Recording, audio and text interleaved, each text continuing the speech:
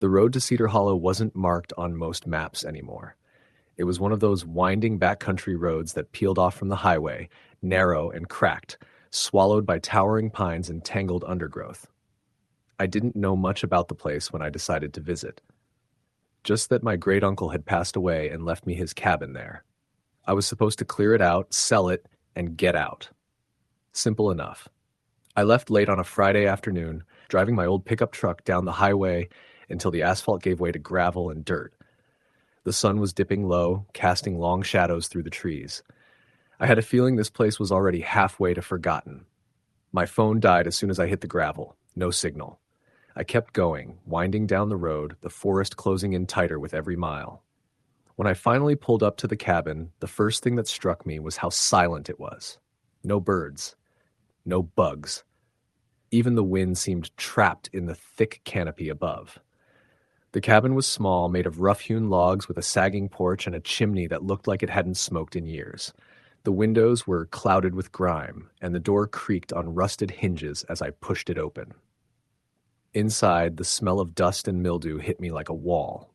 Old furniture, faded photographs, and stacks of papers cluttered the place. I started moving through the rooms, pulling curtains aside and opening drawers. Most of it was useless. Moth-eaten clothes, old hunting trophies, letters yellowed with age. But then I found the journal. It was tucked beneath a loose floorboard in the corner of the living room. A leather-bound book, brittle with time. The handwriting inside was cramped and hurried, but legible. It belonged to my great-uncle Nathan. The entries started off ordinary, notes about the weather, hunting trips, repairs to the cabin. But as I read further, the tone shifted. He wrote about strange sounds in the forest at night, whispers that no one else could hear, shadows moving just beyond the tree line. He mentioned something he called the Watcher, a presence that followed him silently, never revealing itself. I read late into the night, flashlight flickering. Outside, the wind picked up, rattling the windows and making the old cabin groan. The entries grew darker. Nathan described waking up to footprints around the cabin, even though he lived alone. He wrote of dreams where the trees bent toward him, their branches like fingers trying to grab. One entry stopped abruptly, just a single word: run. That was the last page. I decided to sleep in the cabin that night, but I barely closed my eyes before I heard it, the unmistakable sound of footsteps crunching through the dry leaves outside. Slow. Deliberate. They circled the cabin once, then stopped. I grabbed my flashlight and peered out, but the beam caught nothing but swaying branches and the pale glow of the moon. The footsteps returned at midnight, then at 3 a.m., and again just before dawn. Each time they moved closer, as if someone, or something, was testing my nerves. The next day, I resolved to explore the area. The journal mentioned an old hunting trail that led to a clearing where Nathan claimed he saw the Watcher once. I packed water, my knife, and my rifle and set out into the forest. The trail was narrow and overgrown, twisting between gnarled trees draped with moss. As I walked, I noticed the air grow colder despite the sunny day. Birds were nowhere to be seen. Even the squirrels were silent. After an hour, I came to the clearing. It was smaller than I expected, ringed with ancient oaks whose trunks were scarred as if clawed by something huge. The ground was churned like something large had been digging. In the center was a shallow pit filled with ash and broken branches. I heard a whisper then, faint and indecipherable, like the wind carrying voices from far away. I scanned the trees but saw only shifting shadows. I hurried back to the cabin, feeling eyes on my back the entire way. That night the footsteps were back, louder and closer. I stayed awake, rifle in hand, waiting. At around 2 a.m., I caught a glimpse of movement through the window, a dark figure, tall and thin, standing just beyond the tree line. It had no face, just a void where features should be. Its head tilted slowly, watching me. I froze. The figure vanished and the forest fell silent again. The next morning I tried to leave, but my truck wouldn't start. The engine coughed and sputtered, then died. I checked under the hood. Everything looked normal. I was stranded. I spent the day trying to repair it, but as the sun set, a thick fog rolled in, swallowing the forest. The air turned icy, and I saw shapes moving just out of sight. The whispers returned, now louder and more urgent, like a chorus of voices pleading or warning. At one point, I thought I saw footprints around the cabin again. Not human. These were too large, too deep, with claws embedded in the dirt. I barricaded myself inside, heart pounding, and stayed up all night. On the third day, my food was running low, and I was nearly out of water. I decided to risk it and hiked to the highway, hoping to find help. I packed my gear and set off, following what I thought was the road. But the forest twisted around me, and the trail disappeared beneath thick undergrowth. The trees grew taller, their branches blocking out the sky. The whispers were everywhere now, inside my head. They spoke in a language I didn't understand but felt bone deep. I tried to shout, to call for help, but no sound came out. My voice was swallowed by the forest. Panic set in. I stumbled through the woods, lost in a maze of trees. As dusk fell, I saw it again, the faceless figure emerging from the mist. This time it was closer, and I could feel its cold presence pressing down on me like a weight. I turned and ran, branches tearing at my clothes and skin. Eventually, I collapsed at the base of an enormous tree, breathless and shaking. The whispers faded and the figure disappeared. In the dim light, I noticed something carved into the tree's bark. A series of symbols, lines and circles intertwined, resembling a warning. I traced them with my fingers, and suddenly the forest seemed to shift. The trees parted, revealing a faint path bathed in soft golden light. I followed it without hesitation, my hope renewed. Hours later, I stumbled onto the highway, dirty and exhausted but alive. When I turned back, the forest was gone, just miles of empty fields stretching to the horizon. I never went back to Cedar Hollow. But sometimes, when the wind is just right and the moon is full, I swear I hear those whispers, soft, insistent, calling me back to the woods. Story the end. I'm about to share a story that's still etched deep in my memory, one that turned what should have been a simple trip to the countryside into an ordeal I wouldn't wish on anyone. It's the kind of story that stays with you, the kind that lurks in the corners of your mind when everything's silent. It's about the deep woods, those places where the sun barely touches the ground, where the air tastes thick with ancient secrets and something unspoken watches from the shadows. It all started with a plan to get away. My friends and I, three of us, decided to spend a weekend out in the rural stretch of the Appalachians in a small town called Harper's Ridge. None of us were exactly outdoorsy types, but the idea of disconnecting from our phones, from work, from city noise was appealing. Harper's Ridge was barely on the map, a scattering of old houses, a general store, and miles of forest surrounding it like a green fortress.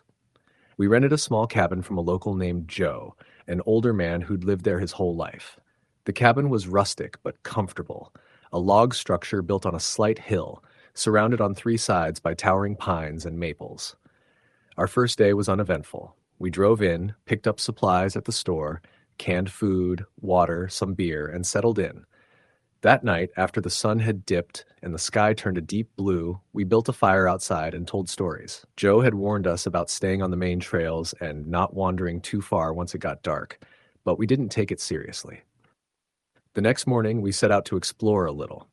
Joe had given us a map with a few trails marked, one leading to a small waterfall he said was worth seeing. We packed light, backpacks with sandwiches, water, and a couple of flashlights. The trail started out well marked, a dirt path lined with wildflowers and ferns. Birds sang in the branches, and the air smelled like pine sap and earth. We joked around, took pictures, and joked about ghost stories to keep things light. But as we pushed deeper, the forest started to change. The trees grew older, their trunks thicker and scarred. The sunlight dimmed beneath the dense canopy. The birds stopped singing.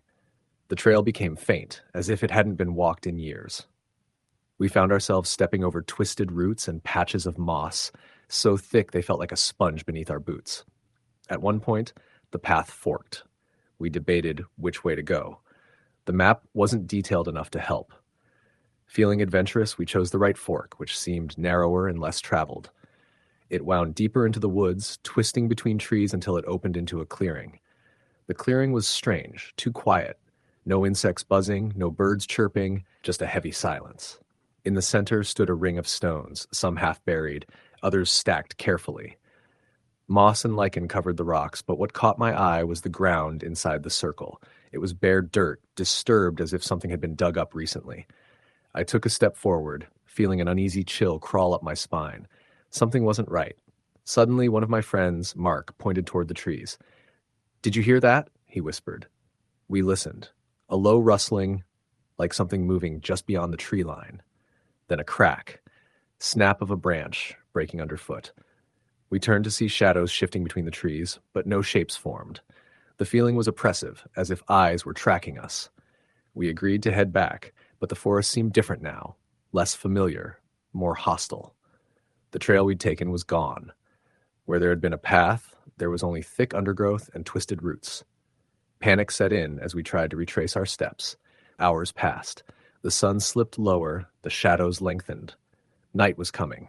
We decided to make camp where we were, lighting a fire to keep the darkness at bay. As the flames flickered, the woods around us seemed to breathe. I caught glimpses of movement just beyond the firelight, shapes that vanished when we looked directly. The whispering began, soft at first, like wind through leaves, but growing louder. Voices calling out in a language none of us understood.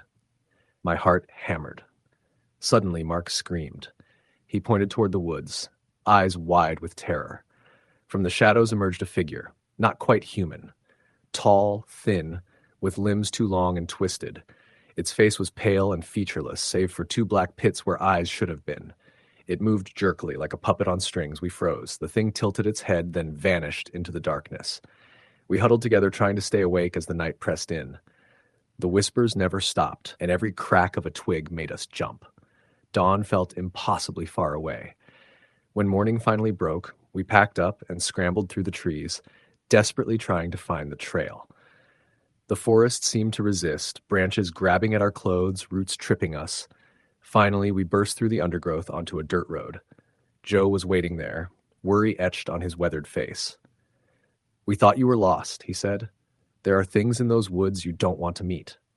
He told us about old legends, spirits that guarded the forest, creatures bound to the land since before settlers came. They punished those who disturbed their rest.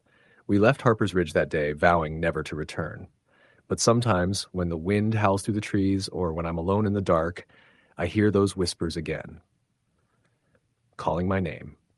Story the end. The woods had always been a place I avoided as a kid. Not because I was scared of them exactly, but because my parents warned me to stay away.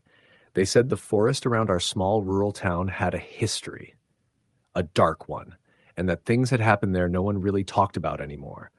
Stories about people disappearing, strange sounds at night, and old legends about a shadowy figure known only as the Watcher.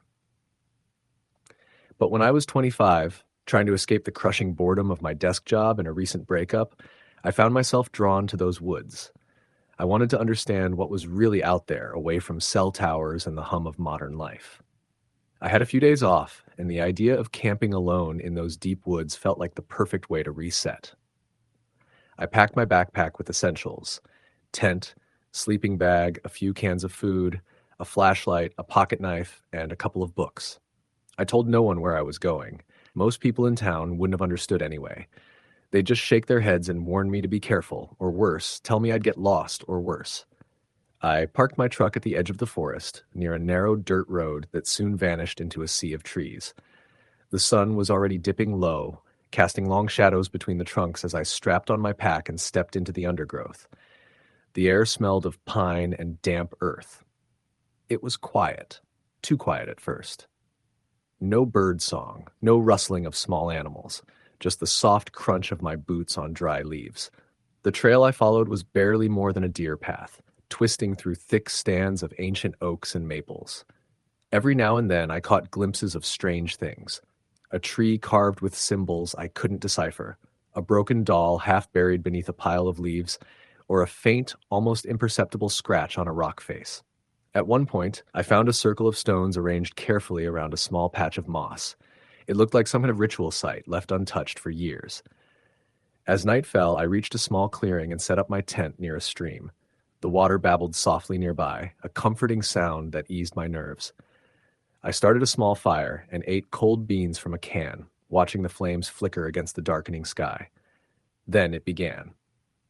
At first, I thought it was the wind. Soft tapping sounds like fingers drumming against tree bark coming from just beyond the edge of the clearing. I strained my eyes but saw nothing.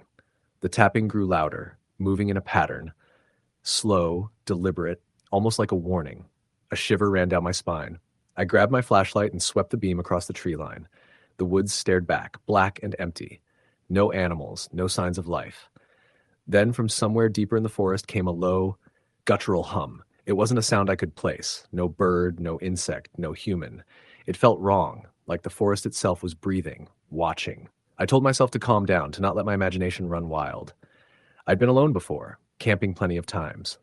But this was different. This place felt alive, and it was watching me.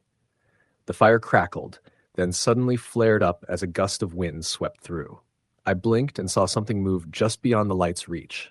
A silhouette, tall and thin, standing perfectly still. I froze. The figure didn't step forward or make a noise. It just watched. I swallowed hard, my heart pounding in my ears. "Who's there?" I called, voice trembling. No answer. I shone the flashlight directly at the spot. The figure vanished like a shadow, swallowed by the night. For the rest of the night, every sound made me jump. The snap of a twig, the hoot of an owl, the rush of the stream. I barely slept, clutching my knife beneath my sleeping bag. When dawn finally broke, I packed up quickly and tried to shake off the fear. I told myself it was a trick of the light, or maybe a deer standing on its hind legs, or some other harmless animal. But then I saw the footprints. Large, elongated footprints pressed deeply into the soft earth around the clearing. They were too big for any human, and the shape was wrong. The toes were long and spindly, ending in sharp claws. The prints circled my campsite, weaving between the trees like some predator stalking prey. I snapped photos and followed the trail for a bit, but it disappeared near a thicket where the underbrush grew thick and twisted. Despite the unease, I pressed on. The forest thickened, and the air grew cooler. Shadows hung low beneath the canopy. The strange symbols reappeared, carved into trees and scratched into stones. Some looked like ancient runes, others like crude faces with hollow eyes.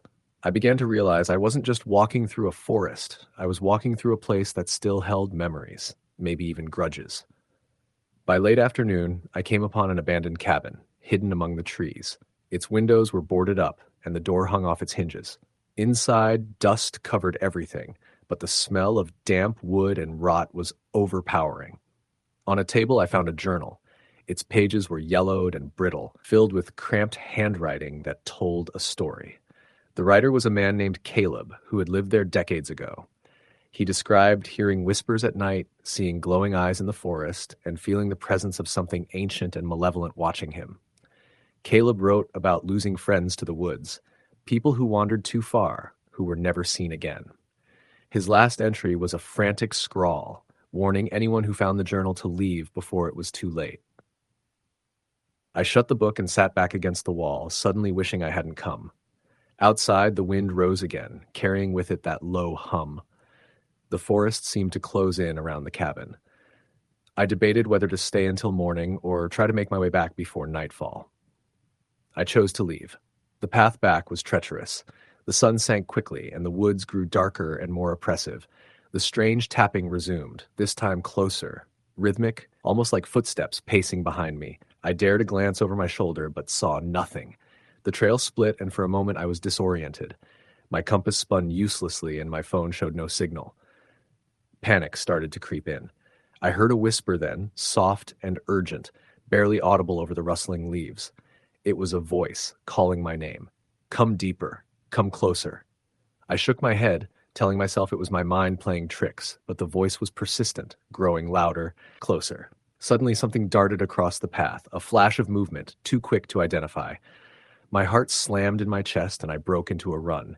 Branches tore at my clothes and skin as I plunged through the underbrush. The whispering voices multiplied, swirling around me in a maddening chorus. Then I stumbled into a clearing, gasping for breath. There, in the center, stood the watcher. It was tall, impossibly thin, with elongated limbs and a face that was nothing but darkness. Its eyes glowed faintly, like embers in the night. It raised a hand slowly, pointing at me. Frozen, I could only watch as it stepped forward, its movements unnatural and jerky, like a puppet on strings. I turned and ran blindly, the sounds of snapping branches and heavy footsteps pounding behind me. I didn't stop until I burst through the tree line, gasping in the cold air near my truck. I slammed the door shut and started the engine, not daring to look back. That night, safe in my bed, I tried to forget. But sometimes when the wind howls outside, I still hear the tapping at the window. And sometimes in the darkness, I swear I see a tall shadow standing just beyond the edge of the light, waiting. Story the end. The morning started like any other. The sun filtered softly through the tall pines, casting thin shafts of golden light onto the moss-covered forest floor. Greg and his younger brother, Tom, had come out to the cabin in the woods to escape the stifling heat of their cramped city apartment. It was their father's family cabin, nestled deep in a rural patch of Maine, surrounded by miles of wilderness. Greg was 24, a little rough around the edges, but dependable. Tom was 17, a bit skittish, always nervous about being out here so far from civilization, but eager to prove himself. Their father had warned them to stick to the marked trails and not wander too far into the dense woods. The cabin itself was off the grid, no internet, no cell phone service, just the crackle of the wood stove, the creak of old floorboards, and the symphony of birdsong and rustling leaves. It was the perfect place to get away from it all. They planned to spend the weekend hiking, fishing, and chopping firewood. Greg was looking forward to some quiet time away from work and the buzzing crowds. Tom, meanwhile, was excited but nervous about sleeping in a place where the darkness felt so thick. On the first afternoon after unpacking, the two brothers decided to take a short hike down the trail toward a small stream their father had mentioned. The trail was narrow and winding, surrounded by ancient trees that rose like pillars into the sky. The air was cool, fragrant with pine and earth. As they walked, Greg noticed how unnervingly quiet the forest was. No birds chirping, no squirrels scampering. The usual soundtrack of the woods was oddly absent, replaced only by the faint crunch of their boots on the fallen leaves. Tom voiced the same observation in a low voice. "Feels like the woods are holding their breath," Tom said. "Yeah, I noticed that too," Greg replied, scanning the shadows between the trees. "Maybe it's just the time of day." They reached the stream, a narrow ribbon of water trickling over smooth stones. Tom bent down to splash some cool water on his face, and Greg wandered a bit off the path, looking at the fallen logs and thick moss. That's when Greg spotted something strange, a symbol carved deep into the bark of an old oak tree. It looked like an intricate, twisted spiral surrounded by sharp, jagged lines. It wasn't a common graffiti mark. It had the appearance of something ancient and deliberate. Greg ran his fingers lightly over the rough carving, a chill creeping up his spine. "Tom, come look at this," Greg called. Tom walked over, his face paling when he saw the symbol. "That looks like something my grandpa warned me about. He said there are places in these woods where people carved signs to ward off something. Something?" Greg asked, raising an eyebrow. Tom shrugged. "He never really said. Just told me to stay away from those marks, said they're warnings." Greg frowned. "We're just hiking. Probably some old Native American symbols or hunter's marks. Nothing to worry about." But the unease lingered. As they headed back toward the cabin, the sky grew overcast, thick gray clouds swallowing the sun. The wind picked up, whispering through the trees like a ghostly breath. The brothers picked up their pace, feeling suddenly exposed in the growing gloom. When they reached the cabin, Greg built a fire while Tom prepared dinner. They tried to shake off the weird feeling, but found their conversations grew quieter, more cautious. Night fell early in the woods. With no artificial light around, darkness wrapped the cabin like a velvet shroud. Greg and Tom sat by the fire, the flickering flames casting long shadows on the walls. Outside, the forest was alive with sounds, cracking branches, distant howls, the rustle of unseen creatures moving just beyond the tree line. Around 10 p.m., Greg decided to step outside to gather more firewood. Tom stayed inside, nervously clutching a flashlight. Greg stepped into the cold night, the beams of his flashlight piercing the dense shadows. The woods felt alive, but not with life, more like a dark presence watching him. He moved carefully toward the woodpile, the crunch of dry leaves beneath his boots sounding loud in the quiet. Suddenly, a sharp crack came from the brush to his left. Greg froze. The flashlight flicked toward the sound. Nothing but darkness. He took a step forward, and then another crack came. Closer, louder. A branch snapped underfoot. He swung the flashlight around wildly, heart pounding. Then he saw it. A figure standing just beyond the tree line. Tall, thin, cloaked in dark clothing, face obscured by shadows. It didn't move, just watched. Greg's breath caught in his throat. "Hey," Greg called, voice steady despite the fear. "Who's there?" No answer. The figure tilted its head slowly, then vanished as if swallowed by the night itself. Greg's skin crawled. He hurried back to the cabin, slamming the door shut behind him. Tom looked up, eyes wide. "Did you see something?" "Yeah," Greg said, swallowing hard. "Something. We need to keep the doors locked tonight." They barricaded the cabin doors with a heavy plank and sat close to the fire, the uneasy silence between them growing heavier. At midnight, the wind shifted. The whispers began, soft, indecipherable murmurs floating through the cracks in the windows.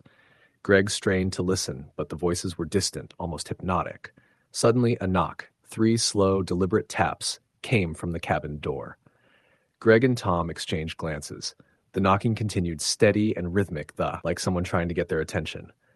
"No way I'm opening that door," Greg muttered. The knocking stopped. Silence returned, but then faint footsteps circled the cabin, slow and deliberate. Tom's breathing grew shallow. "We should call Dad." Greg shook his head. "No signal, remember?" The footsteps moved closer, then stopped right outside the door. Then a deep, guttural growl rumbled through the wood. Tom yelped and scrambled away from the door, knocking over a chair. The fire flickered violently. Shadows danced wildly on the walls. Then, abruptly, all the noise stopped.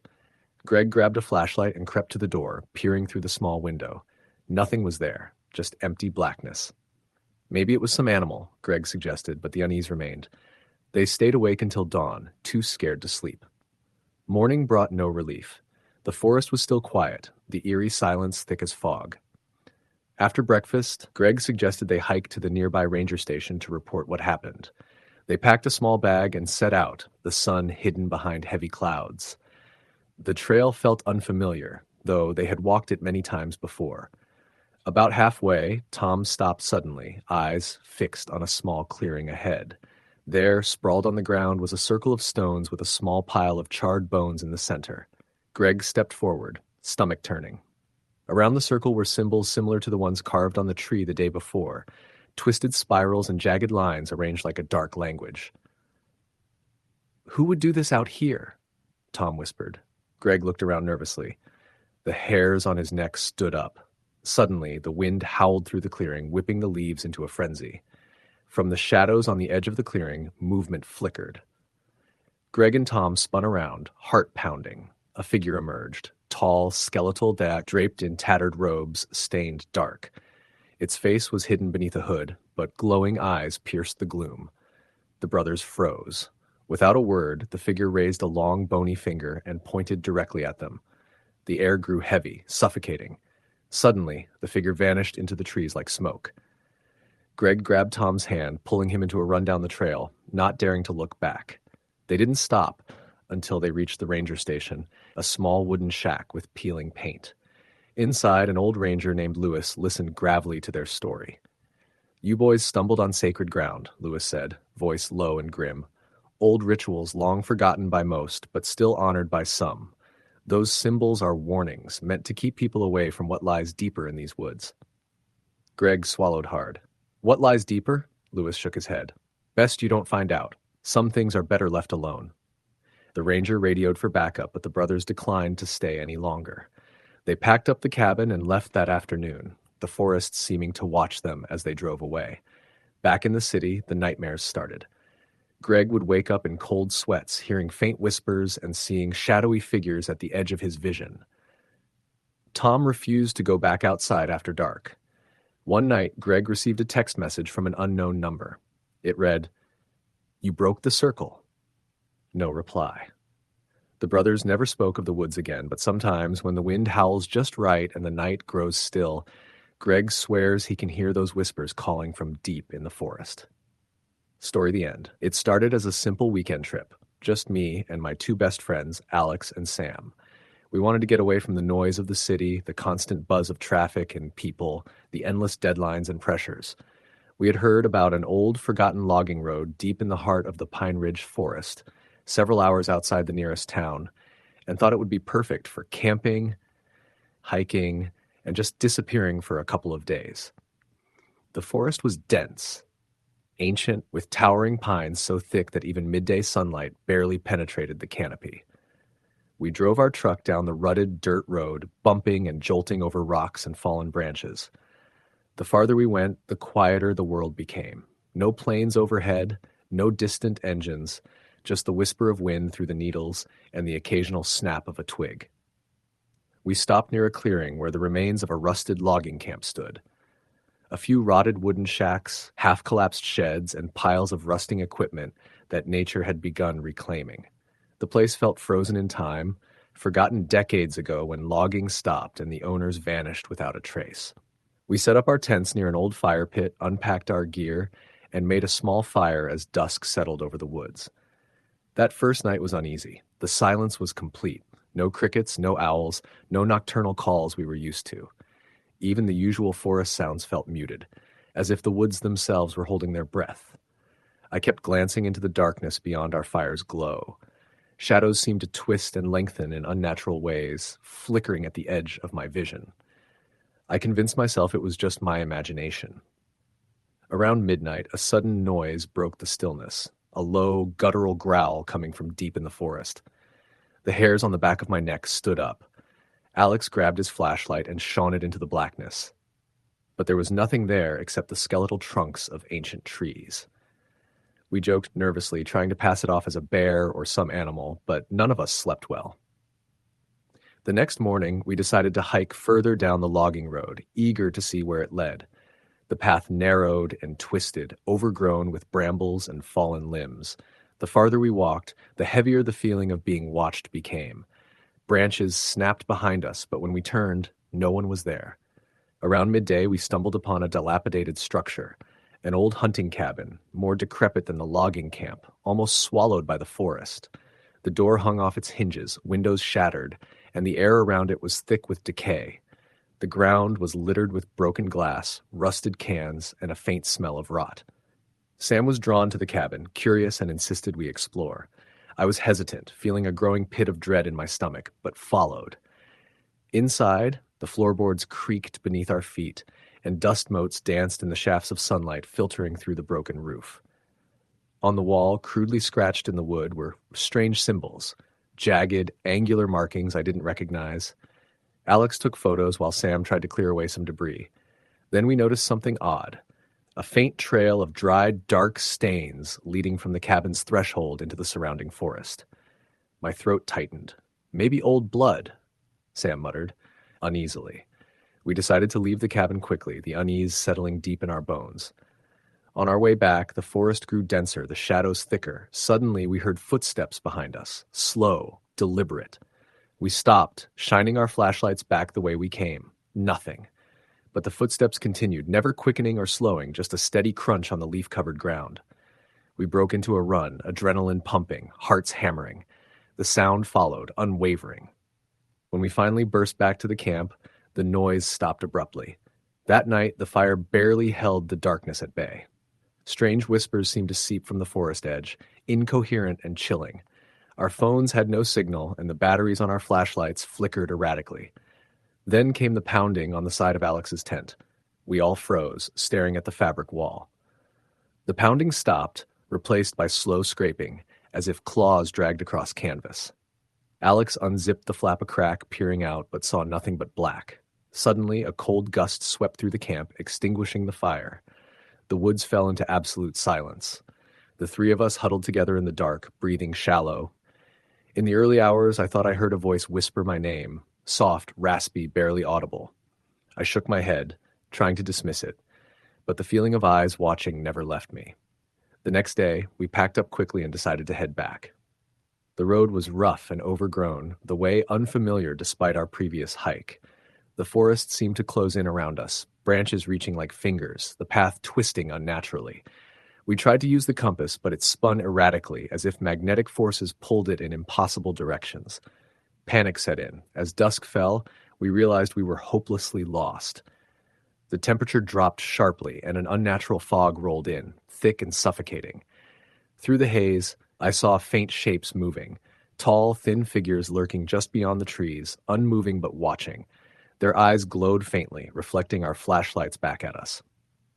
"Run," I whispered. We stumbled blindly through the underbrush, branches tearing at our clothes and skin. Behind us, the footsteps returned, steady and unrelenting.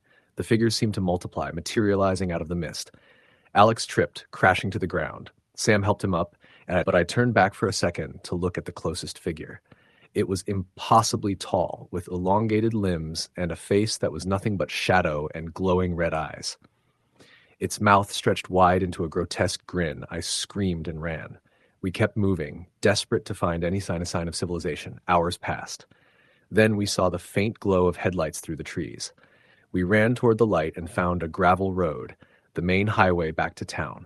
Exhausted and terrified, we flagged down a passing car. When we told the sheriff about the woods, the cabin, the symbols, and the figures, he grew pale. "Those woods aren't like any other around here," he said. "Many folks have gone missing over the years, some never found. People who've wandered in and tried to come back say the forest shifts, and strange things watch from the shadows. The logging camp you found was shut down after a series of disappearances decades ago. No one dares go near it." We never spoke about the experience again, but the nightmares followed me for years. The growls, the whispers, the glowing eyes. Sometimes I swear I still hear footsteps outside my window at night. Story, the end. The morning started like any other late October day in northern Maine. The air was crisp and cold, with a biting wind that rustled dry leaves across the gravel driveway. Ethan pulled on his thick flannel shirt and laced up his worn work boots, preparing for the day ahead. He'd been hired by a family friend to clear some old logging trails deep in the woods surrounding an abandoned cabin, miles from the nearest road. It was honest work, and after weeks of city noise and deadlines, he welcomed the solitude. Ethan's truck rattled along the dirt road, tires throwing up a cloud of dust. The trees arched over the narrow path, branches heavy with early frost. When he reached the small parking area, he stepped out into the chill and took a deep breath. The silence was overwhelming. No bird song, no insects buzzing, just the soft crunch of his boots on frosty leaves. He grabbed his chainsaw, a GPS, and a backpack with water and snacks, then headed down the trail. The sun was barely above the horizon, casting long shadows that stretched like fingers across the forest floor.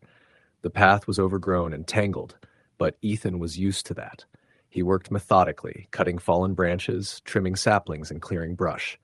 By midday, the sky had clouded over, turning a dull gray. Ethan stopped to eat, sitting on a moss-covered rock beside a trickling stream. The woods were quiet, too quiet. The usual chatter of squirrels and birds was absent. An uneasy feeling settled in his stomach, but he shook it off as simple isolation. He resumed work, pushing deeper into the woods toward the coordinates for the cabin. The GPS beeped softly as he approached. When the trees finally thinned, he saw it. A small wooden cabin, worn and weather-beaten, its roof sagging under years of neglect. The door hung slightly ajar, creaking gently in the wind. Ethan approached cautiously, feeling the hairs on his neck prickling. The porch boards groaned underfoot. Inside, the air was damp and stale. Dust coated every surface, and spiderwebs draped corners like tattered curtains. The floor was littered with broken glass, leaves, and old newspapers yellowed with age. He flicked on his flashlight and scanned the room. An old metal stove sat cold and rusted in one corner. A faded photograph hung crookedly on the wall, a family portrait of 5, faces blurred and smudged. Ethan stepped outside and circled the cabin. A narrow path led from the back into an even denser patch of forest. Curiosity nudged him to explore a little farther, though he knew his job was to clear the main trail, not wander. As he moved beyond the cabin, the forest seemed to close in. The trees grew closer together, their trunks twisting like the fingers of gnarled hands. The light dimmed under the heavy canopy, and the temperature dropped noticeably. He paused, sensing movement behind a cluster of evergreens.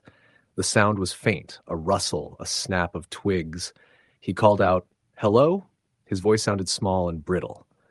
No answer. Ethan's heartbeat quickened. He told himself it was probably a deer or some small animal, but the silence that followed was oppressive. He turned back toward the cabin and froze. A figure stood at the edge of the clearing, barely visible between the trees. It was a man, tall and thin, wearing a tattered coat and a wide-brimmed hat that cast his face in shadow. Ethan blinked, but the figure didn't move. He waved his flashlight, and the beam caught the man's eyes, cold, dark, and empty. The figure vanished. Ethan swallowed hard and quickened his pace. Back at the cabin, he locked the door, even though it probably wouldn't keep anything out. His fingers trembled as he set down his pack. Suddenly, a sharp knock echoed through the stillness. Ethan whipped around, flashlight raised. The knocking continued, slow, deliberate, and coming from the back door. He crept toward it, heart pounding so loud he was sure it would give him away. The knocking stopped. Silence. He reached the door and yanked it open. Nothing but empty woods. Shaking, Ethan slammed the door and bolted it. The rest of the afternoon passed without incident, but the sense of being watched never left him. As dusk settled, he lit a small fire outside the cabin and ate cold beans from a can, eyes darting to every shadow. Night fell quickly and the cold seeped into his bones. He decided to spend the night despite his unease, figuring he could finish the job tomorrow. Lying on the floor in his sleeping bag, Ethan tried to calm his racing thoughts. Then a faint whisper floated through the cabin, a breathy, sibilant sound. He sat up, straining to hear. It came again, more insistent this time, words or just the wind. He reached for his phone, but there was no signal. His flashlight flickered and went out. Darkness swallowed him. A soft scraping noise began somewhere near the ceiling. Ethan froze. The scraping grew loud and grew louder, moving slowly across the roof, then loud thud on the side of the cabin. He scrambled to his feet, heart hammering.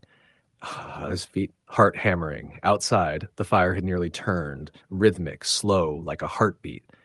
Ethan grabbed his flashlight, turning it on just as the door rattled violently. Something was trying to get in. He shoved a chair under the doorknob and backed away. The knocking stopped. Silence. A moment passed. Then the door shook again. Suddenly, a loud crack split the air, and the door frame splintered. Ethan stumbled backward as the door swung open. Nothing was there, only darkness. He stepped outside, shining the beam into the black woods. Then he saw it.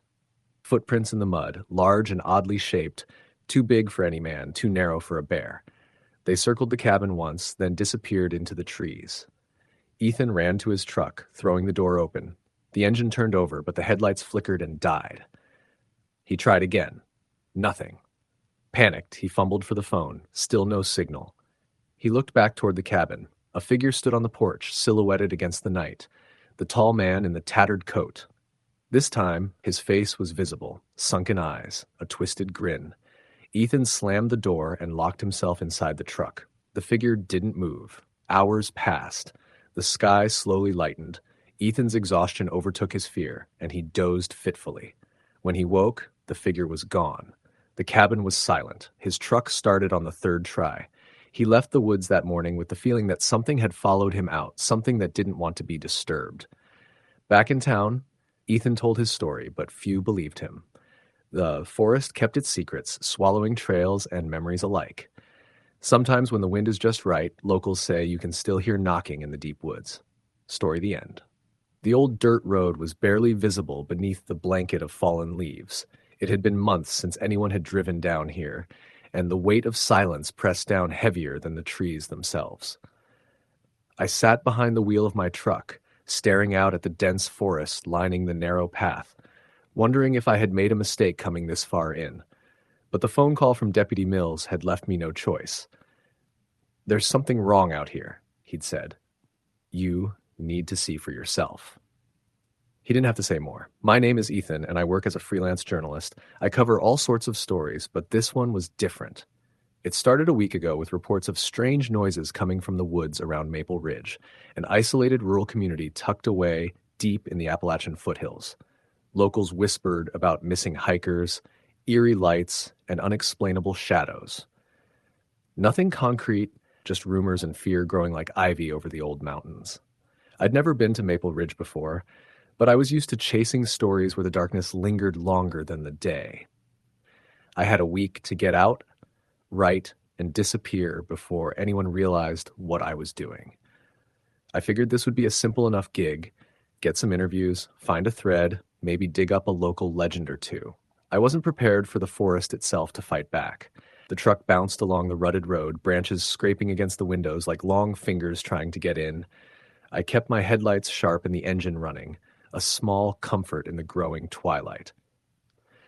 The last mile was barely a path, and when I finally reached the edge of the small town, I was greeted by a handful of weathered faces that didn't smile. Looking for trouble or just lost? an old man asked, tipping his hat down low as he passed. Just here on a story, I said, flashing my press badge. He spat on the ground and muttered, "Best leave before the woods take you." I checked into the one-room motel at the edge of town. The owner, a woman named Clara, eyed me like I was a rattlesnake. "You don't want to go into those woods after dark," she said flatly. "Not since the disappearances started." I nodded, trying to seem braver than I felt. But that night, lying awake on the creaking bed, I heard it. A soft rustling, like something pacing just outside. I told myself it was a deer or a fox. But when I cracked the window, the moonlight revealed nothing but shifting shadows.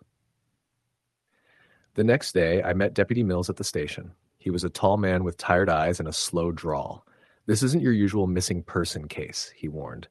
4 people gone in the last month. No bodies, no tracks, nothing but strange noises and sightings. The forest, it's different out here. People don't talk about it much, but something's wrong. He handed me a map marking the last known locations of the missing.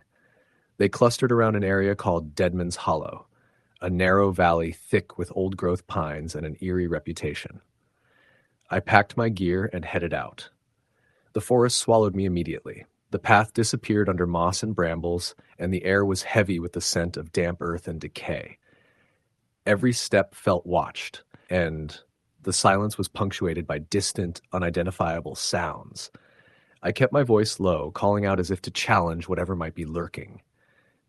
At the hollow, I found a small clearing. The ground was scorched black, and the trees around it were stripped bare of bark, like some creature had clawed them clean.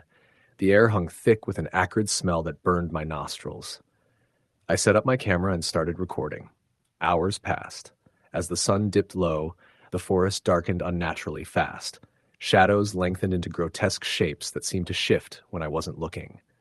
Then the whispering started. A chorus of voices, too faint to understand but growing louder, more insistent. I packed up and turned to leave, but the forest had changed. The trail I came in on was gone, replaced by a tangled maze of brambles and trees. I tried to climb a ridge for a better view, but the canopy above was too dense, blotting out the sky. Panic set in as I realized I was lost. As night fell, the whispering turned into guttural growls and scraping sounds. I could hear footsteps circling, slow and deliberate, keeping just out of sight. My flashlight flickered, and in its brief glow, I saw them. Figures, tall and thin, moving with unnatural grace between the trees. Their faces were obscured, but their eyes glowed faintly, reflecting the beam like embers. I ran blindly, branches whipping at my face, roots trying to trip me. My lungs burned, my legs screamed, but I didn't stop. Behind me, the sounds quickened, a terrible chorus of clicking claws and low moans. Suddenly, I stumbled into a clearing I hadn't seen before.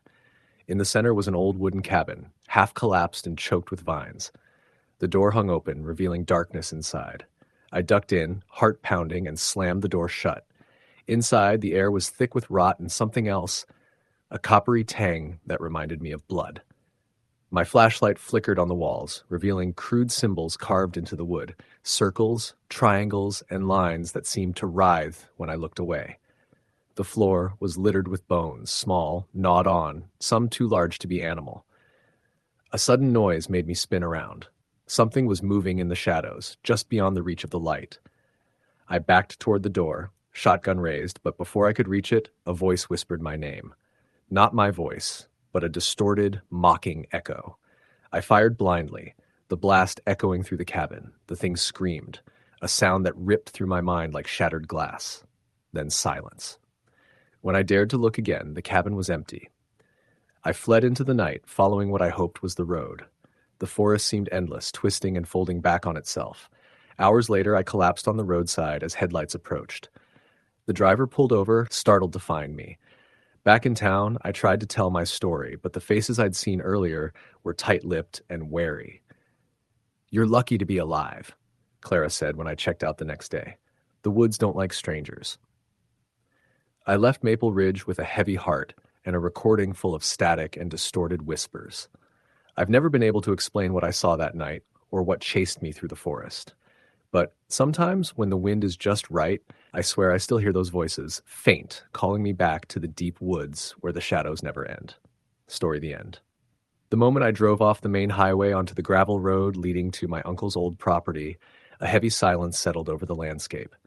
The trees on both sides arched high, their thick branches weaving into a dense canopy that dimmed the late afternoon sun. The further I drove, the more I felt like the world beyond those trees didn't exist anymore, like I was crossing into some other realm, forgotten by time. My uncle had passed a few months earlier, leaving me the cabin in the heart of the Pine Ridge Forest. It was a place he'd loved, though he'd barely talked about it in recent years. The whole reason I was out here was to clear out his belongings and prep the place for sale. I didn't expect to find much. It had been empty for years. As I parked my truck beside the narrow dirt driveway, I noticed how overgrown everything was. The cabin looked worn but sturdy. Logs weathered by decades of storms, the porch sagging slightly, a rusty swing hanging crookedly from an old oak tree. No smoke from the chimney, no sign of life. I grabbed my duffel bag and stepped inside. The air was thick with the smell of damp wood and old pine needles. Dust motes floated in the fading light from the single window. The cabin was cramped but cozy, with a stone fireplace, a rickety table, and a bed with a moth-eaten quilt. On the table, covered by a yellowed cloth, was a stack of papers tied with a leather strap. Curious, I sat down and untied the bundle. It was a collection of letters and a journal, all written in my uncle's unmistakable handwriting. The first few entries were mundane, notes about the weather, a deer he'd spotted near the creek, a broken fence post. But soon the tone shifted. His handwriting grew shakier, the words more fragmented. He wrote about hearing footsteps outside at night, even when he was alone, about shadows that moved just beyond his vision. He described a figure, a man with no face, who watched him silently from the edge of the woods. Sometimes the figure would vanish only to appear closer the next night. One entry caught my eye. It was dated just 2 months before he died. I don't know how much longer I can stay. The watcher grows bolder. Last night I found strange symbols carved into the trees, circles with jagged lines inside. They weren't there before. I'm afraid it's not just me anymore. The forest is alive, and it's hungry. I put the journal down and tried to shake the unease creeping up my spine. My uncle was known for his vivid imagination, and the isolation could have gotten to him. But that night, as I lay in the creaking bed, I heard it, the unmistakable sound of footsteps crunching in the dry leaves outside. Slow, measured. They circled the cabin. I held my breath, gripping the flashlight, but when I peered out the window, there was nothing but swaying branches and moonlight. Over the next few nights, the footsteps returned, growing closer each time. Once, I caught a glimpse of a tall figure standing just beyond the tree line. No face, just a dark void where features should have been. Sleep became impossible. I started to dread the nights. On the third day, I decided to explore deeper into the forest, following an old hunting trail my uncle mentioned. I packed water, some food, and my rifle, though I hoped not to use it. The trail was narrow and tangled with roots and fallen leaves. Birds were silent. Even the squirrels kept their distance. After an hour, I reached a clearing where the trees stood twisted and scarred. The ground was churned up as if something large had been digging. In the center, a fire pit still smoldered, but no sign of recent campers. The air felt thick and heavy. As I stood there, I heard faint whispering. Not words, but a chorus of soft, urgent sounds weaving through the branches. Panic flared in my chest. I hurried back to the cabin. That evening, the footsteps began again. This time, they came with whispers. My name, carried on the wind. I slammed the door shut and barricaded it with a broken chair. The whispers turned to cries, desperate and pleading. I stayed awake until dawn. The next morning, I found deep claw marks on the cabin walls, gouged into the wood where nothing should have been able to reach. Days passed. My food supply dwindled. The truck wouldn't start, the battery dead, or maybe something worse. I realized I was trapped. The forest seemed to pulse around me, breathing and alive. The shadows grew longer, deeper. One night, I heard a lullaby sung by a child's voice, haunting and melancholy. It lured me toward the woods. Against my better judgment, I followed. Through the trees, I stumbled upon a small house, isolated and crumbling. The windows were boarded, but the door was ajar. Inside, the air was cold and stale. The floorboards creaked underfoot.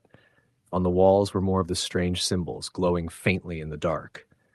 In the corner of the room, a crib held a girl, a pale child with black eyes staring at me with an unsettling stillness.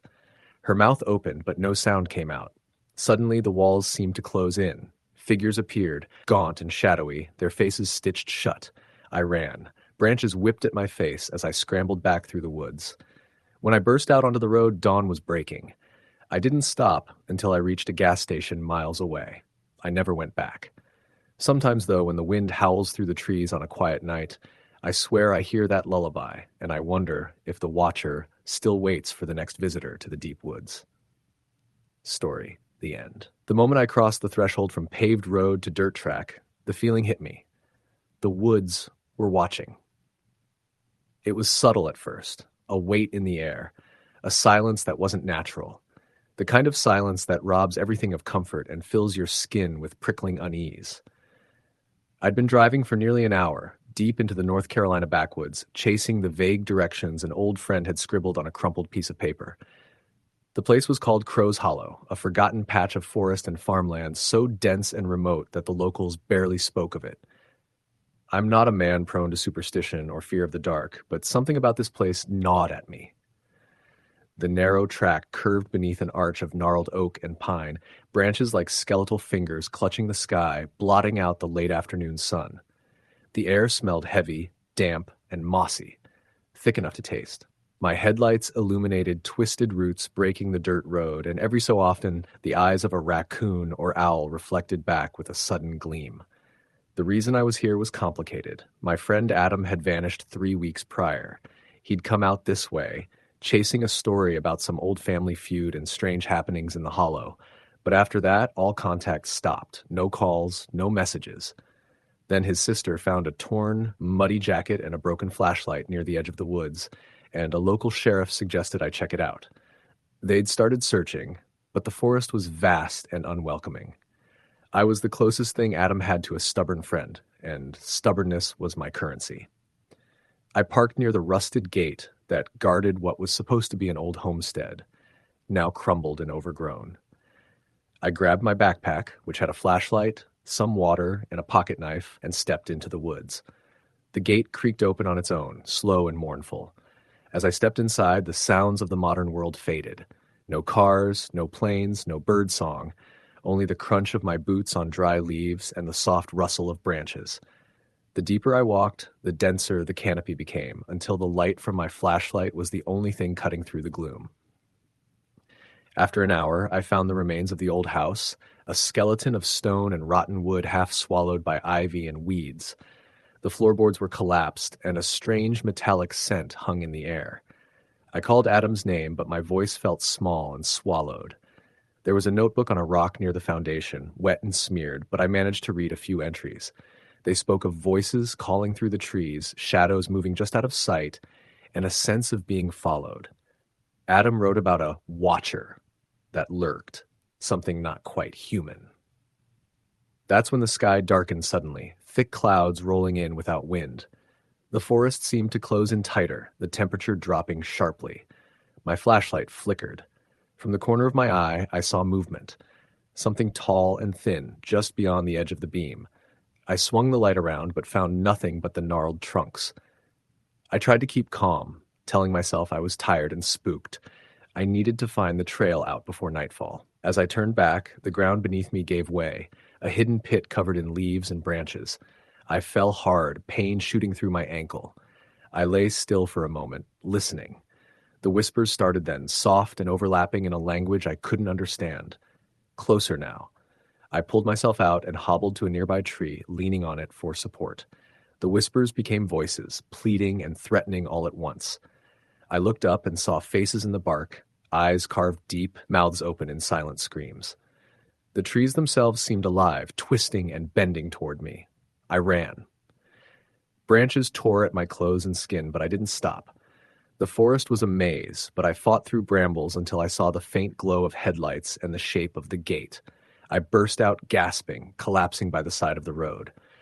When the sheriff found me hours later, I was shaking, unable to speak for a long time. All I could say was that the forest wasn't empty. It never had been. Adam was never found. I still hear the whispers sometimes, especially when the wind shifts just right. Story the end. The first time I went deep into the woods behind my grandparents' farm, I was just 12 years old. They warned me about it. The forest was different out there, darker, older somehow. Grandpa called it the Hollow and said it wasn't a place for kids to wander alone. But I was stubborn. The wide fields around the farmhouse felt too tame, too predictable. The trees beckoned with their shadows and secrets. Years later, when I was 26 and had just lost my job in the city, I found myself back in that same place, drawn to those woods for reasons I couldn't explain. I needed to clear my head, and the farm was the only place that felt like home. The house was empty, and the farm had fallen quiet. Grandpa had passed away a few years earlier, and Grandma was too frail to keep up with the property. I decided to spend a few days alone in the old cabin near the edge of the forest. The cabin was a rickety thing. Worn wood, a sagging porch, and a stove that worked only if you coaxed it. The only power was what I brought with me, a small generator and a few lanterns. I wanted to live off-grid for a while, disconnected from everything. On the first evening, as the sun dipped low and the sky bled orange and purple, I walked into the woods just past the cabin. The trees were dense, the air thick with moss and the scent of damp earth. The deeper I went, the darker it got, even though it was still daylight. Birds stopped singing and the forest felt like it was holding its breath. I found the old trail Grandpa used to walk when he was my age, a narrow path that twisted between ancient oaks and pines. The ground was soft beneath my boots, muffling my steps. Every so often I noticed strange markings on the trees, scratches, symbols carved crudely but with intention. They didn't look natural. I tried to remember if Grandpa had mentioned anything like that, but I couldn't. As I ventured further, the light faded faster. The canopy thickened, blotting out the sky. I stopped by a small creek and filled my water bottle, watching the water ripple over smooth stones. That's when I heard it, the faint sound of tapping. It was rhythmic, slow, deliberate, like someone knocking on wood. I looked around, but there was no one, just trees and shadows. My heart thudded in my chest. I told myself it was nothing, probably a woodpecker or the wind. But then I saw them, footprints in the soft mud by the creek's edge. They were unlike any animal tracks I'd ever seen, too big, elongated, with what looked like long, thin fingers instead of toes. The prints led deeper into the forest, away from the trail. Curiosity overpowered caution. I followed them. The forest grew eerily silent. The tapping stopped. The only sound was the crunch of leaves beneath my feet. Then came a low hum, almost like a chant, floating through the trees. It was soft but unmistakable, an unnatural murmur that sent chills down my spine. Ahead, I glimpsed a clearing. In the center stood a circle of stones, moss-covered and arranged carefully, like some forgotten altar. Around it, twisted branches and broken twigs were piled into small shapes that looked like crude figures, totems or effigies. I stepped closer, the hair on my arms standing on end. Suddenly, the air grew heavy, pressing against me like a weight. A cold wind whipped through the clearing, rustling the totems. The chanting stopped abruptly. Then I felt eyes on me. I spun around but saw nothing. No movement, no sign of life beyond the swaying branches. Just darkness pressing in from all sides. A sudden, sharp snapping sound broke the silence, like a branch breaking underfoot. I turned toward it and saw, barely visible in the gloom, a figure standing at the edge of the trees. Tall, thin, and unmoving. Its face was hidden beneath a hood, but something about the way it stood made me freeze. The tapping began again, soft, measured, coming from that figure. It was as if it was communicating or warning. I didn't want to believe what my instincts screamed, but I turned and ran. Branches tore at my clothes, roots threatened to trip me, but I didn't slow. The tapping followed me, echoing through the woods like a heartbeat. Back at the cabin, I slammed the door and locked it, shaking. I checked the windows, half expecting to see that figure watching me from the dark. That night, sleep was elusive. The tapping continued outside, sometimes on the porch, sometimes against the walls, always slow and deliberate. Around midnight, I heard a soft whisper, just beyond the window, a voice like the rustling leaves, speaking my name. I held my breath, staring into the darkness. The whispering faded, replaced by a low growl that seemed to come from the very earth beneath the cabin. By morning, the marks on the porch steps were unmistakable, long scratches, jagged and deep, like claws had raked across the wood. I decided I couldn't stay another night. Packing quickly, I took one last walk through the woods on the way back to town. The forest seemed to close in tighter than before, the shadows deeper and more menacing. On the trail, I found an old, weathered journal lying beneath a tree root. Its pages were brittle and yellowed, but I managed to read the entries. They were written by a man named Samuel who had lived in the cabin long ago. His words told of strange occurrences, voices in the night, figures watching from the trees, and people vanishing without a trace. He spoke of a presence in the woods, something ancient and hungry, known to locals only as the Hollow Man. Samuel's last entry was a warning. If you find this, do not stay. The forest takes those who listen to its whispers. I left the journal where I found it and hurried to my truck, heart pounding. Even now, sometimes I hear tapping in the quiet moments before sleep. Sometimes I see shadows move just beyond the edge of my vision. I don't know what's out there in those woods, if it's a creature, a spirit, or something else entirely. But I know one thing for sure. Some places aren't meant to be found. And some things never stop watching. Story the end. The woods behind the small town of Millersville had always been the sort of place people avoided after dusk. Locals told stories, half whispered, half laughed off, about strange things that happened deep among the trees. But to 26-year-old Chris, who had grown up in the city, those stories were just rural superstition. When his grandfather passed away, Chris inherited the old farmhouse at the edge of those very woods. He figured a weekend away from the city might be good for him. Clear his head, maybe even fix the place up a bit. What harm could there be in that? The farmhouse was exactly how his grandfather had left it. Creaky floors, dusty furniture, and an overgrown yard that met the thick forest in the back. The first day was peaceful. Chris spent hours cleaning, chopping wood for the fireplace, and exploring the overgrown paths that led into the woods. The sun shone, birds chirped, and the air smelled of pine and earth. It felt like a fresh start. But as evening settled in, the familiar unease began to creep in. The woods seemed to hold a different presence at dusk, like the air was charged with something unseen. The shadows lengthened, and the usual forest sounds faded into an eerie silence. Chris brushed it off, telling himself it was just his imagination. That night, while making a fire in the hearth, he heard it, a soft tapping on the window. He froze, eyes scanning the dark exterior. Nothing visible but the thick shadows of branches swaying in the wind. He convinced himself it was a stray branch knocking against the glass and tried to focus on the warmth of the fire. Hours later, he was awoken by faint whispering outside, just beyond the walls of the farmhouse. The voices were so low, he couldn't make out the words. They seemed to come from all directions, floating through the open window by the kitchen. Goosebumps prickled his skin as he jumped out of bed to close the window. In the morning, determined to shake the night's unease, Chris decided to hike deeper into the woods. He packed water and a flashlight and followed a narrow trail his grandfather had marked on an old map.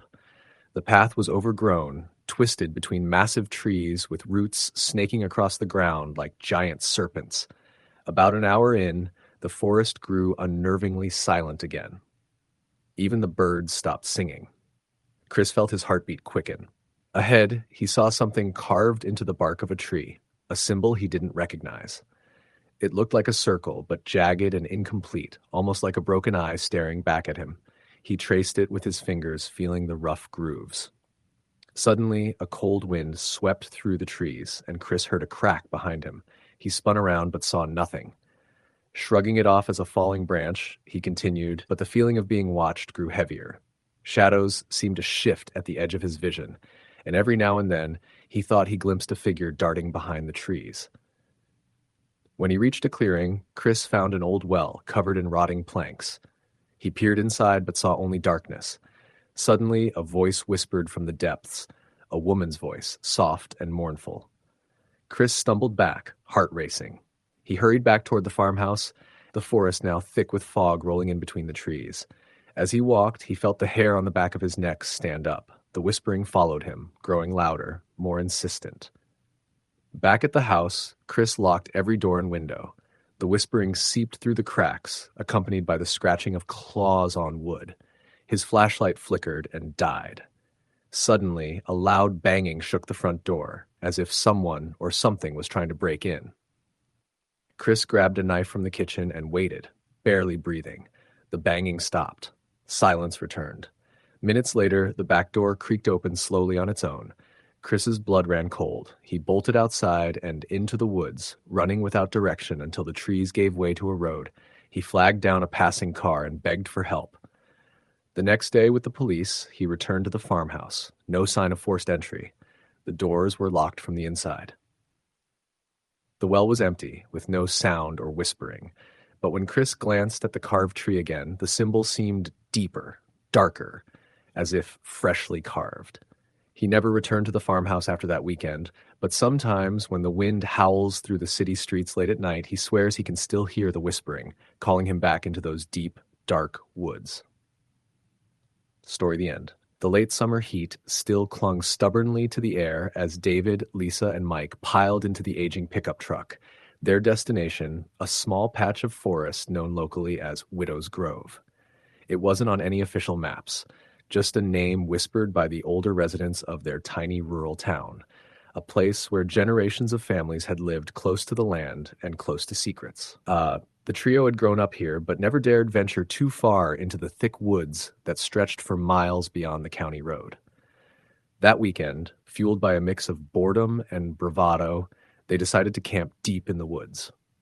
The forest was a tangled mess of ancient oaks, maples, and pines, their gnarled roots pushing through the earth like old fingers grasping at the soil.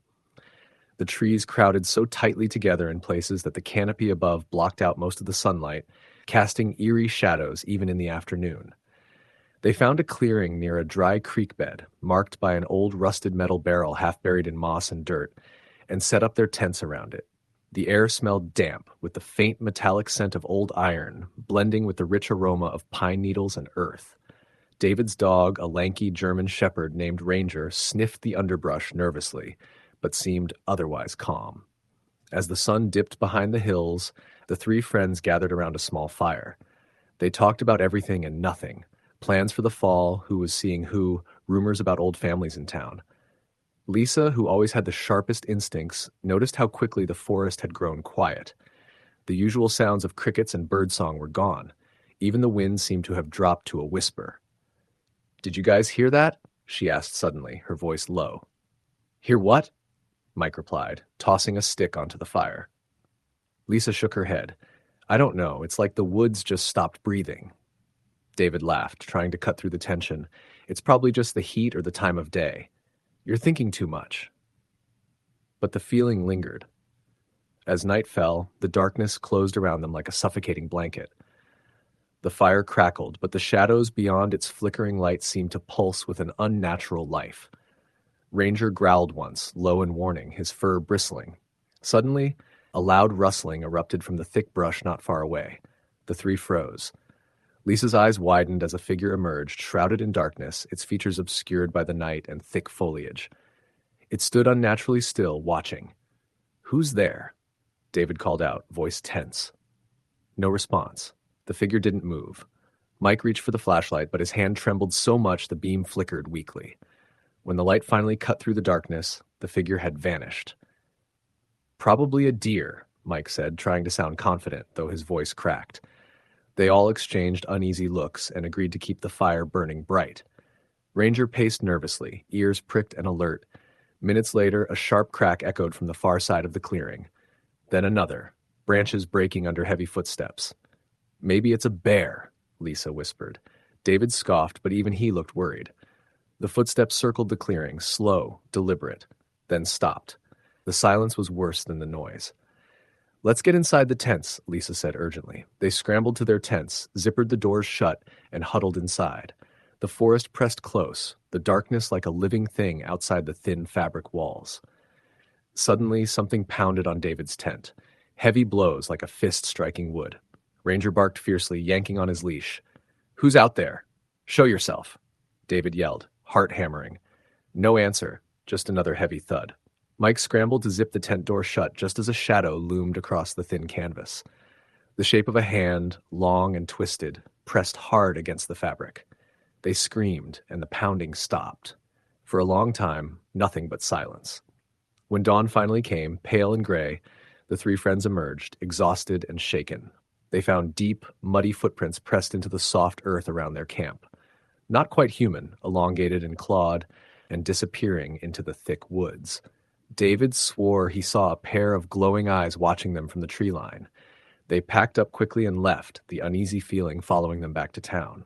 Days later, Lisa's younger brother went missing near Widow's Grove. The search parties found nothing but strange symbols carved into trees and those same unnatural footprints. Locals whispered about a curse, an ancient spirit guarding the woods, punishing those who dared trespass. David, Lisa, and Mike never returned to the forest, but sometimes late at night, Ranger would growl and stare out the window, his eyes fixed on shadows no one else could see. And deep in the woods, something still waits, watching. Story the end. The road narrowed to a single dirt lane flanked by thick pine and oak, the forest growing denser with every mile. My tires kicked up dust as I passed the weather-worn sign that read, Wright's Hollow, nearly swallowed by vines and rust. There was no cell service by then, and my GPS had already glitched and gone blank 10 minutes earlier. I was relying on the paper map I'd picked up at a gas station an hour back, the kind they keep taped to the counter with coffee stains and phone numbers scribbled on it. It was supposed to be a peaceful solo trip. I'd rented a remote cabin deep in the Appalachians, a place only locals knew about. Off-grid, no electricity, no Wi-Fi. Just a wood stove, a hand pump for water, and a view of untouched wilderness. I wanted time alone to write and reset. That was all. I had no idea what I was walking into. I arrived just after dusk. The sun was bleeding its last light through the trees, and shadows stretched across the clearing like fingers. The cabin sat perched on a mossy hill, its roof sagging, one shutter hanging crooked. It looked older than I expected, far more weathered than the pictures in the online listing had shown. Still, I was too tired to care. I parked my car beneath a skeletal pine, hauled my backpack and cooler to the porch, and unlocked the door. The interior smelled like damp wood and old smoke. The floors creaked under every step, and something about the silence felt off. Not peaceful. Hollow. I unpacked quickly, lit a few candles, and got the wood stove going. There was no reception, so I set my phone to airplane mode and slid it into my bag. It was just me, the cabin, and miles of nothingness in all directions. That first night, I struggled to sleep. The bed was hard and the blankets smelled musty. I kept waking to the groan of the cabin shifting, branches tapping the roof. Once I thought I heard footsteps on the porch. I sat up, held my breath. Nothing. Just the wind. By morning, I chalked it up to nerves. I made coffee on the portable stove, stepped out onto the porch, and was greeted by silence so thick it rang in my ears. No birds, no rustle of small animals in the brush, just a stillness that settled over everything. Later that day, I hiked the trail behind the cabin, supposedly leading to a creek. The woods closed in quickly. The trees grew so close together that light barely reached the forest floor. Moss blanketed everything. I kept feeling like I was being watched, turning around to check the trail behind me. But there was never anyone there. Still, I could swear I heard something off-trail. Slow, deliberate movements parallel to mine. I quickened my pace, then stopped abruptly. It stopped, too. I called out, "Hello?" Silence. I turned back. The way out was only a mile or so, but the walk felt like hours. I didn't see any wildlife the whole time. No birds, no squirrels, no deer, not even bugs. That night, something scratched at the side of the cabin. I sat up in bed, heart hammering. I looked toward the window, the curtain fluttering with the draft. Then I heard it again, long, slow drags along the wall, like claws over wood. I got up, grabbed the flashlight, and shined it through the window. Nothing. I opened the door, the hinges groaning. I stepped onto the porch and swept the beam across the yard. Still nothing. But when I turned to go back inside, I noticed something strange. Footprints in the dirt, barefoot, wide, with long toes. They led from the edge of the woods to the porch steps, then disappeared. I didn't sleep at all that night. The following day, I hiked into town. It was small, maybe 4 buildings and a diner. I asked the woman behind the counter if there were bears or mountain lions in the area.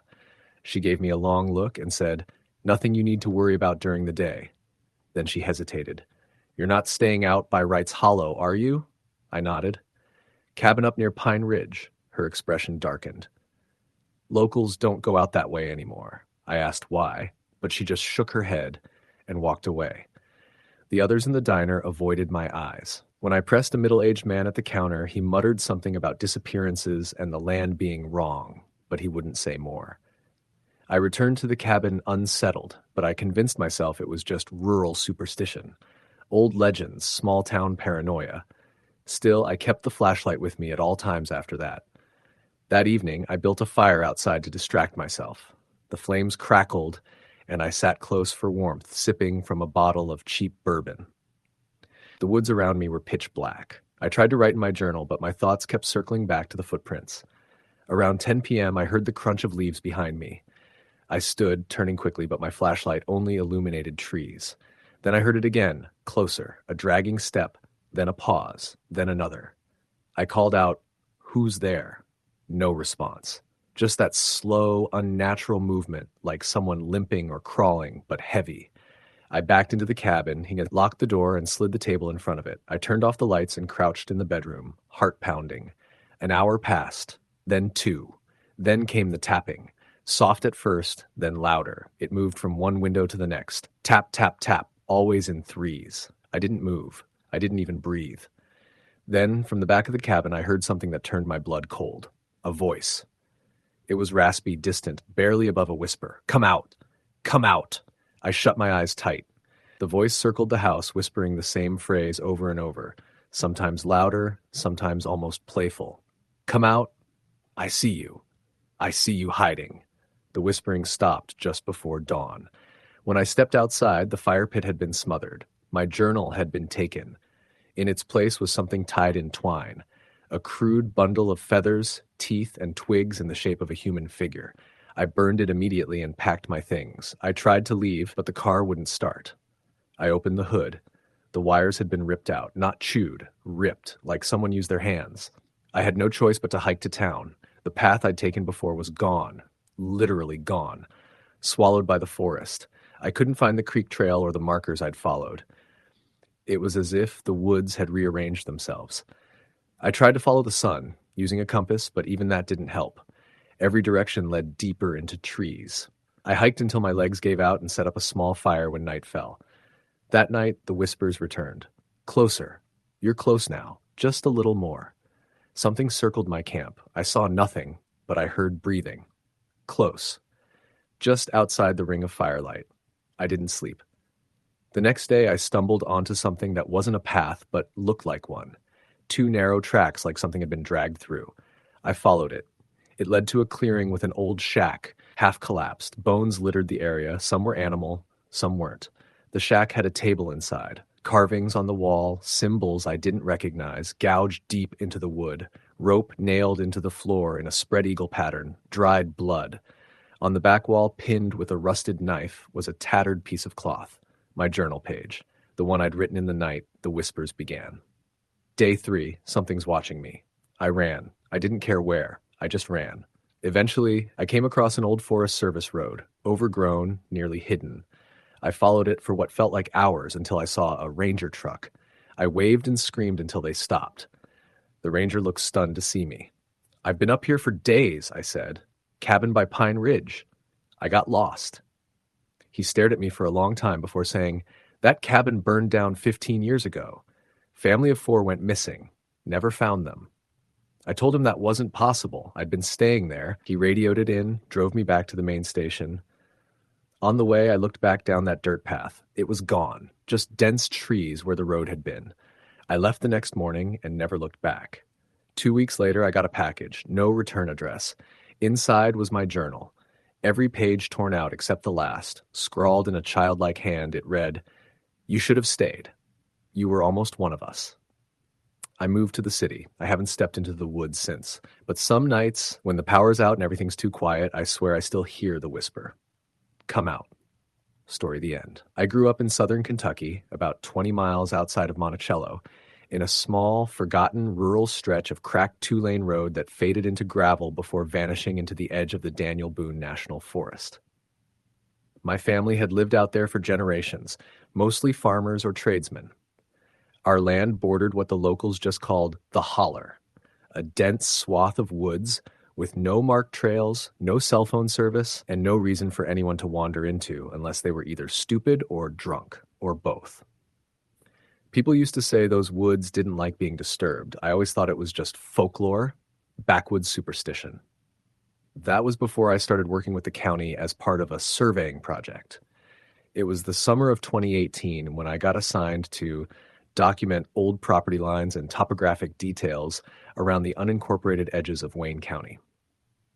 The state was talking about reclassifying certain wilderness areas, and the surveyor's office got a contract to map and mark zones that hadn't been touched officially in decades. I volunteered to take the deep forest section because it was near home. I figured I knew the land better than anyone and could knock it out faster than the others. I remember the first day out there clearly. It was hot, the kind of oppressive July heat that saps the strength from your limbs before you've walked half a mile. My backpack felt like it weighed 40 pounds with all the gear: maps, GPS unit, solar charger, measuring tapes, notebooks. I parked the county SUV at the end of the gravel where the road met the tree line and locked it behind me. I knew there'd be no signal until I got back out. That didn't bother me. I'd done similar remote work before. By noon, I was a few miles into the woods, well past any remnants of logging roads or deer trails. It was quiet, too quiet, I remember thinking. The sounds of birds and insects faded the deeper I went. Not gone entirely, just muted, like the air itself was heavy with silence. That's when I found the first structure. It was an old cabin, not marked on any of the maps. Collapsed roof, windows long broken, moss and vines choking the sides. But what got me was the fact that it didn't look that old. The wood was gray and dry, sure, but not rotted out. The nails were modern. I stepped inside cautiously, my boots crunching on old leaves and glass. Someone had lived there recently. There were tin cans stacked in the corner, a rusted propane heater, and a sleeping bag that hadn't completely decomposed. I took a few photos and noted the GPS coordinates. Something about the place made my skin itch. Not like poison ivy, more like being watched. I shook it off and continued east, deeper into the trees. I wanted to reach a small stream that cut through the forest. It was marked on a hand-drawn map from the 70s, and I wanted to see if it still ran. If so, it would help orient a boundary. I didn't find the stream that day. I got turned around. That's not something I'm proud to admit. I had a compass, a topographic map, and 2 years of experience. But something about those woods, nothing looked the same once I passed it. A fallen pine I was sure I'd passed only once showed up again an hour later from the opposite direction. The sun dipped faster than I expected. At some point, I realized I wasn't walking in a straight line. I told myself I'd bivouac for the night and retrace my steps at sunrise. I wasn't worried. I had gear, enough food, and water-purifying tablets for a few days. I set up a hammock between two trees and ate beef jerky while watching the dusk settle in like fog. That night I heard them. Footsteps. Not animals. Not coyotes or deer. These were slow, deliberate, and heavy, like someone walking in work boots. They didn't come near me, just circled around where I lay. I turned off my headlamp and gripped the small hatchet in my sleeping bag. Every time I thought they'd moved on, a twig would snap behind me. At one point, I swear I heard someone breathing just 10 feet away. By morning, nothing remained. No tracks, no snapped branches, just the same silence and the eerie sensation that I needed to leave. I did, but I didn't go home. I came back the next day with someone else, Dave Sturgill, a retired game warden who still did some consulting for the Forestry Service. I told him I'd found an unregistered structure and felt like someone might still be squatting out there. He agreed to accompany me. We didn't make it to the cabin. A few miles in, Dave stopped walking and looked around, squinting up at the trees. He pointed to some markings, symbols carved into the bark at shoulder height, spirals, X's, and what looked like stick figures with no heads. "You see this?" he asked, touching one of them lightly. "This ain't kids messing around." I nodded. I didn't know what to say.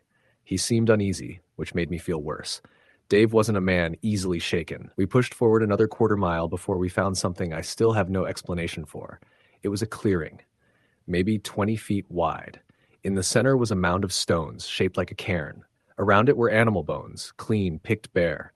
Skulls arranged in a circle, but there were no signs of predation, no fur, no blood, just bones and stones and silence. Dave knelt beside one of the skulls and muttered something under his breath.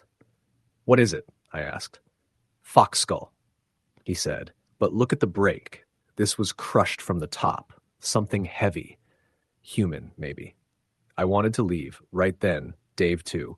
We backed out of that clearing and didn't speak again until we were almost back at the gravel road. Before he got into his truck, he said, "You didn't see anything. That cabin's not worth it. Stay out of there. Let it rot." I ignored him. Not out of pride, but because I needed to finish the job. The state was paying well, and I figured whatever was out there couldn't hurt me if I was careful. I convinced myself that maybe it was just locals trying to scare people off their illegal stills or pot grows. The third trip was the worst. It was supposed to be my last. I went in alone again. By then, I'd located the stream I was looking for and marked the boundary lines. I only needed a final set of photos from the cabin. When I reached it, the front door was open. I'd closed it the first time. I was sure of it. Inside, the tin cans were gone. So was the sleeping bag. The heater had been moved. But what really stopped me cold were the carvings on the walls. Dozens of them. Just like the ones Dave pointed out on the trees. Spirals, stickmen, X's, symbols I'd never seen before. And then I heard the humming. It came from behind the cabin, a soft, rhythmic sound, like a woman's voice singing without words. My blood turned to ice. I leaned against the wall, barely breathing. The humming grew louder, closer. I didn't look. I don't know why. I just couldn't. I bolted out the front and didn't stop running until my legs gave out. I have no memory of how I got back to the SUV, only that it was night by the time I made it to the road, and my hands were shaking so bad I could barely put the key in the ignition. I called in sick for 2 weeks after that. I didn't leave the house. I didn't talk to anyone. I started having nightmares. Dreams of trees bending inward, of eyes watching me from the darkness, of bones laid out in perfect circles. One night, I woke up to find my boots, muddy, forest-smeared, sitting in the middle of my kitchen floor. I hadn't worn them since that trip. They'd been locked in my truck. I burned them in a fire pit the next morning. I submitted my final report to the county without mention of the cabin. I deleted the photos. I omitted the coordinates. I told them the area was inaccessible, too overgrown for proper mapping. A month later, I heard about a hiker that went missing in the same region, a college student from Lexington. Search and rescue never found him, just his backpack and some clothing. Torn. Burned. Dave came by my house that week. First time I'd seen him since the trip. He looked older, gaunt. "They want me to go back out there," he said. "Join the search effort." "Don't," I said. "It's not worth it." He didn't reply, just nodded, then drove off. I never found out if he went. It's been 6 years. I moved to Lexington, got a different job. I don't go into the woods anymore, not even for a walk, not even at the edge of town. Sometimes I still hear the humming. Story. The end. The sun was already dipping behind the dense canopy when Matt and Lisa parked their aging pickup at the edge of the logging road. The gravel crunched sharply beneath the tires, the only sound breaking the heavy silence that wrapped around the forest like a suffocating blanket. They'd come out here for what they thought would be a simple weekend, some time away from their cramped apartment in town, fresh air, and a chance to reset.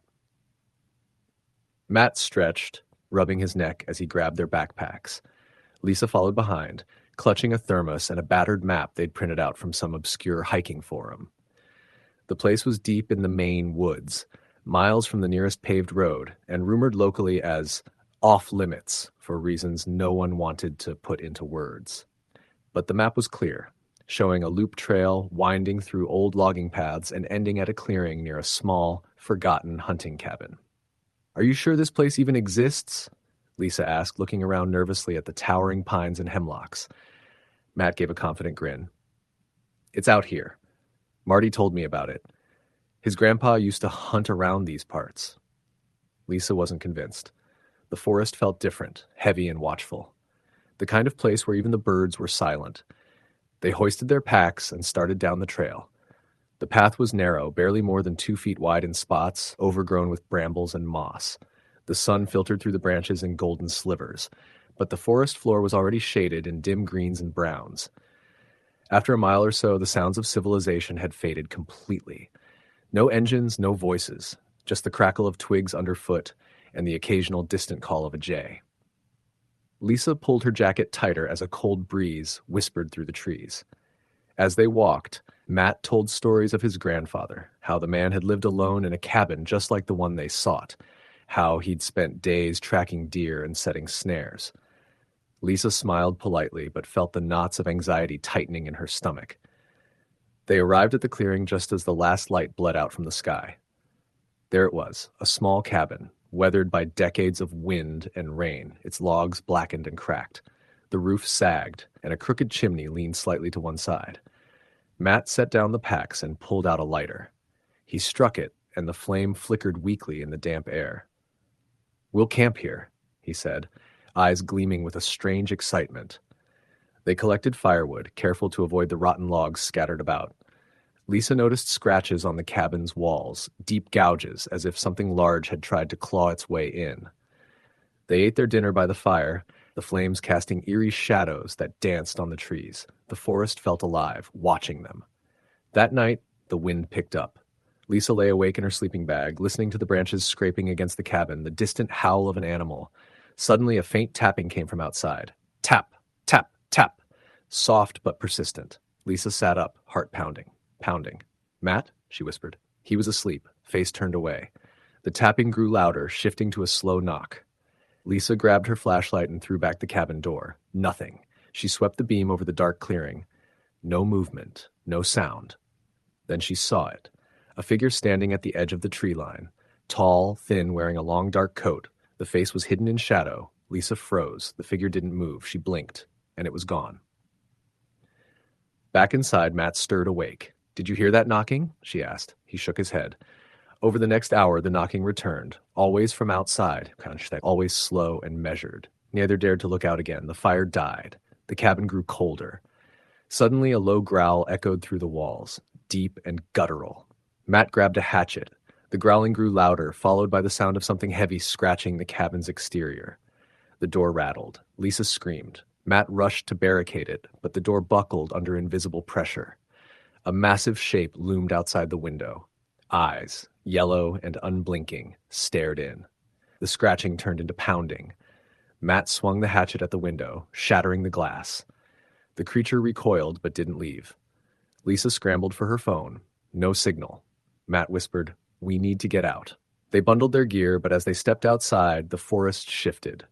Paths they'd walked just hours ago twisted into loops. No matter where they ran, the cabin remained behind them. The tapping followed them. Closer now. Breathless and terrified, they realized the woods weren't natural. Something ancient watched from the shadows. Something hungry. As night fell again, the trees closed in. Matt and Lisa vanished into the dark woods, swallowed whole. Locals say if you listen close on windy nights near that old logging trail, you can still hear the slow knocking. Waiting. Story the end.